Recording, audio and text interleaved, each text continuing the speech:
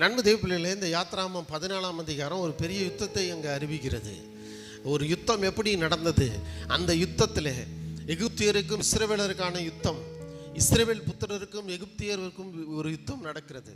அந்த யுத்தத்திலே இஸ்ரவேல் புத்திரர்கள் கர்த்தருடைய சேனையாய் நின்று வெற்றி பெற்றார்கள். அல்லேலூயா.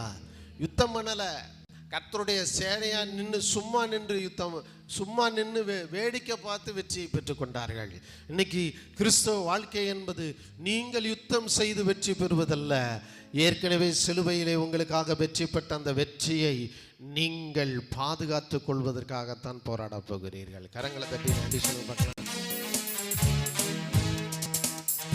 2 கொரிந்தியர் 2ஆம் அதிகாரம் 11வது வசனம் சொல்லுகிறது. அப்போஸ்தலனாகிய பவுல் சொல்லுகிறார், சாத்தானாலே நாம் மோசம் போகாதபடிக்கு அப்படி செய்தேன், அவனுடைய தந்திரங்கள் நமக்கு தெரியாதவைகள் அல்லவே.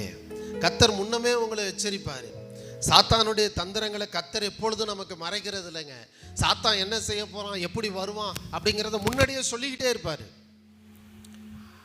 ஆனால் கேட்க மாட்டாங்க சில பேர்.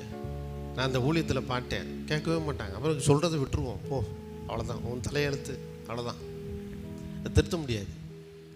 எவ்வளவு சொன்னாலும் சரி, தேவன் ஊழியக்காரரை கொண்டு சொல்றதை கேட்காத அநேக ஜனங்கள் வாழ்க்கையிலே தோற்று போய் மூளையிலே முக்காடிட்டு அழுது கொண்டே இருப்பார்கள். கர்த்தர் மோசையை கொண்டு சொன்னபடி மோசையின் சொல்ல கேட்டவங்க அந்த யோசுவா காலேப்பும் அந்த 2ஆம் தலைமுறை சந்ததியும் தான் சேஃபாக போய் கானான் தேசத்துக்குள்ளே போனாங்க.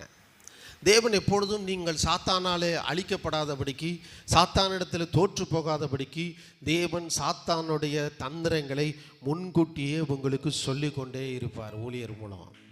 அல்லேலூயா. இந்த வருடம் பிறந்தப்பே சொன்னார், இந்த வருஷம் முழுவதும் சுகத்தை பற்றி பேசு.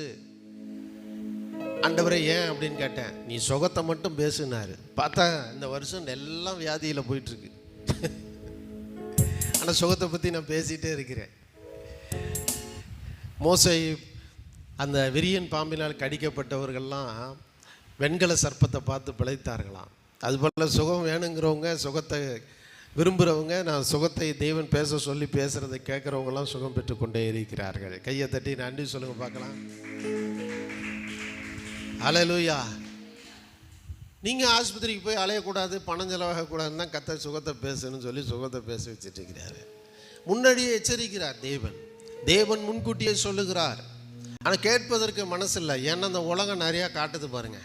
உலகம் நிறையா படிப்பினை தருது, நிறையா அறிவு தருது, நிறையா பட்டறிவு படிப்பறிவெல்லாம் தந்துருக்குல்ல. அதனால் அது பின்னாடி போகிறாங்க. அதனால் பிரச்சனைகளை சந்திக்கிறாங்க, தோற்று போகிறாங்க, கஷ்டப்படுறாங்க, கண்ணீர் வடிக்கிறாங்க, கடைசியாக புலம்ப ஆரம்பிக்கிறாங்க, வாழ்க்கையில் வெற்றியை பார்க்க முடியலையேன்னு அழுக ஆரம்பிக்கிறாங்க, கடைசியாக கடவுளுக்கு கண்ணு இல்லையே காது இல்லையேன்னு பேசி கொண்டு இருக்கிறார்கள். ஆனால் உண்மை அது இல்லை. தேவன் உங்களுக்கு முன்கூட்டியே எல்லாவற்றையும் சொல்லுகிறார், முன்கூட்டியே சொல்லுகிறார்.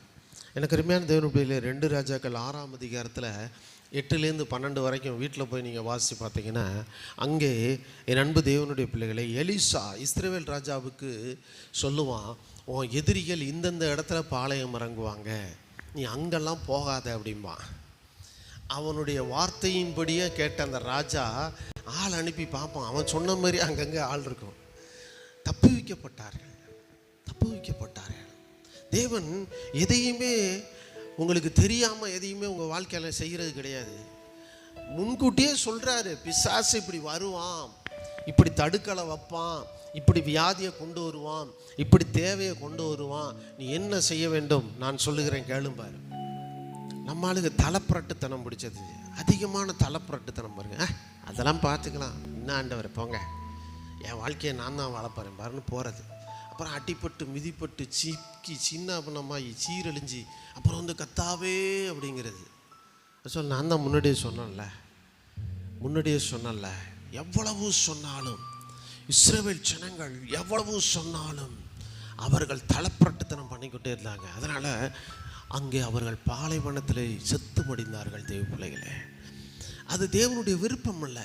நீங்கள் சாவது தேவனுடைய விருப்பம் அல்ல. நீங்கள் அழிவது தேவனுடைய விருப்பம் அல்ல. நீங்கள் வாழ வேண்டும் என்று தேவன் விரும்புகிறார். நீங்கள் உயர வேண்டும் என்று தேவன் விரும்புகிறார். நீங்கள் ஆரோக்கியத்தோடு இருக்க வேண்டும் என்று தேவன் விரும்புகிறார். அதற்கான வழிகளை சொல்லி கொண்டு தான் இருக்கிறார். டெய்லி சொல்லிட்டு தான் இருக்காரு. அன்பு தேவனுடைய பிள்ளைகளே, கர்த்தருடைய வார்த்தை யார் ஒருவர் கேட்டு அப்படியே கீழ்ப்படுகிறாங்களோ அவங்க மரண இருளிலும் பள்ளத்தாக்கில் நடந்தாலும் கர்த்தர் அவர்களோடு இருந்து பொல்லாப்பு அணுகாதபடி காத்திடுவார்.